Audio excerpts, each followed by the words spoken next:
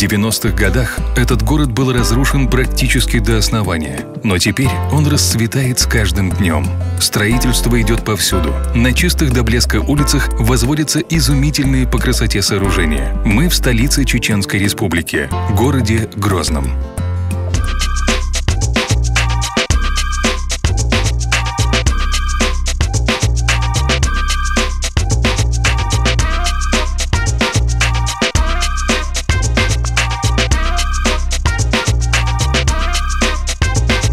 Один за другим в городе появились Русский драматический театр имени Лермонтова, стадион Ахмат-Арена, Аллея Славы с самой большой копией Знамени Победы и музеем Ахмата Кадырова, возрожденный храм Михаила Архангела.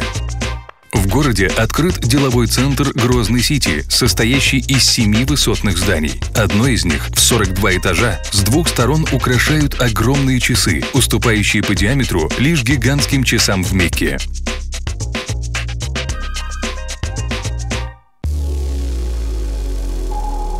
Неповторимую индивидуальность городу придают мечети.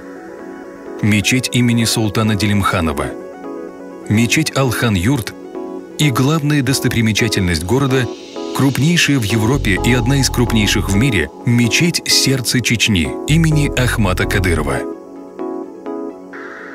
Мечеть площадью 5000 квадратных метров расписана мастерами из Турции и декорирована белым мрамором.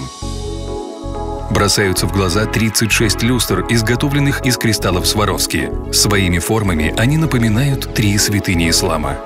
А по периметру главного купола золотой вязью написано 99 имен Аллаха.